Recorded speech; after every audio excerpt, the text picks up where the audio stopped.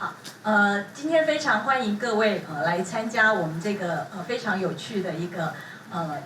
那个论坛哦。那我先介绍一下，我是代表我们主办单位纯植行动联盟，跟各位介绍一下纯植行动联盟的核心理念。有鉴于传统以动物为主的农业还有饮食的方式哈，还有畜牧养殖业，它长期已经被证实是一个温室气体排放，还有造成土地资源过度利用，还有水污染，又造成这个疾病传播的主要原因哦。所以呢，其实饮食系统的转型已经成为迫切而且核心的议题。那我们的使命呢，我们是以食为正，以民为本。我们提出一套呢是以纯植饮食为核心的理念，那我们希望推动系统性的改革，我们希望呢为政策制定者、产业界还有公民社会提供一个具体可行的蓝图，那迈向一个以植物为本的永续未来。这个趋势呢，其实也是和全球发展的趋势是一致的哈。那联合国气候变迁委员会哈。他在10多年前，快要20年前，他就提出来说，减少动物性产品的消费是减缓气候暖化的关键。那在这个趋势呢，在过去10年发展的更加的迅速哈，所以纯植物饮食已经不再是一个个人选择的问题，它其实是一个全球政策还有产业转型的重点。那在这个方面呢，欧洲国家他们做得比较快哦。那我觉得这个最有亮点就是奥地利哦。奥地利在去年最新修正的饮食指南，它建议说超过75%的蛋白质都要来自植物性的饮食。那在德国呢，他们政府有公共采购，还有一个农业补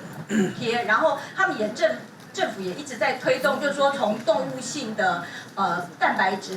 改型成为那个植物性的蛋白质，然后西班牙规定学校必须提供植物性的餐点。那丹麦呢，他们国家花了很多钱设立这个政府的基金，然后就是然后来支持这个植物性饮食的创新。然后呢，像在美国，它也有一些地方它推动就是素食午餐。那有一些医院，它也规定说，这个医院提供饮食一定要有素食哈。那这个其他有一些国家，像韩国啊，还有其他有一些城市，他们也都有推动一些植物性饮食的政策。那纯植物性饮食呢，它可以带来4大正向的影响。第一个就是说，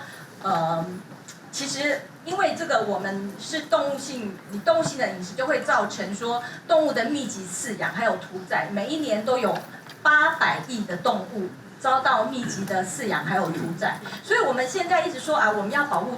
动物哦。其实纯植物饮食才是对动物最直接的尊重和保护。那再来的话呢，纯植物性饮食呢，它可以降低心血管的疾病、糖尿病、肥胖症还有癌症的风险，而且呢可以预防人畜共通的传染病，像我们禽流感然后现在这个禽流感然后像很多疾病都是因为这个人畜共通，这个都是动物性饮食所造成的。然后呢，从而也可以减少医疗的支出。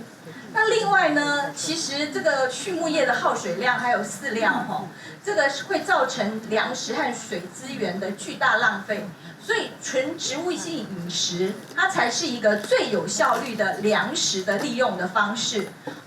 那再来的话，就是说纯植物性饮食可以造成气候和环境有序的正向影响。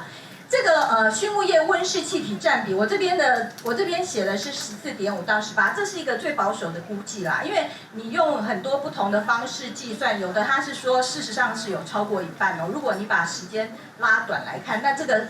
个是时间拉比较长是这样子。那所以呢，就是说，所以如果全面实行纯植物性的饮食呢，可以减少70%来自于饮食的相关碳排放。那我们呢，我们基本上我们纯植行动联盟，我们建议从5个方向这5个是我们要去推动的方向。第一个呢，就是说我们要推动教育改革，我们要把植物性的营养、还有食农教育、还有动物伦理这几个呢，我们都要把它纳入学校的课纲。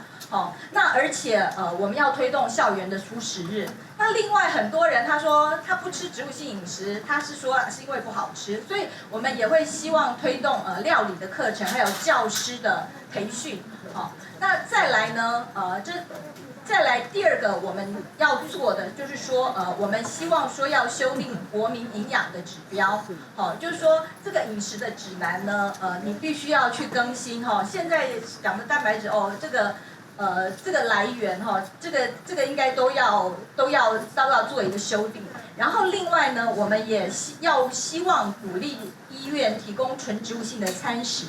然后呢，还有一个是营养师的培训，因为现在很多营养师他们所学到的都是动力性饮食的营养，其实植物性的饮食有很多像微量元素、像多酚这些东西，其实对人体是有非常正面的影响那我们也希望去推动这些专业人员对纯植物性饮食的认识还有推广的能力。那另外呢，我们希望支持这个纯植饮食新创的产业那希望政府呢，就是说也推动政府提供研发资金还有出口的补助。其实这一块台湾已经有一个非常好的这个底子了因为台湾本来就有一个，因为宗教关系是一个素食，就是有很多人本来就是吃素。可是我们现在推植物性饮食，我们并不是从宗教的观点，而是我们主要是从环境的永续还有防止气候变迁，还有动物权益，我们主要是着重这几点。还有就是我们希望说这个植物性这个产品的标示可以更加的清楚那这样子让大家有一个选择的权利。再来我们要希望推动政府政策去协助畜牧业的转型那就是说政府帮助畜牧业转型，然后用绿色的农业来取代畜牧业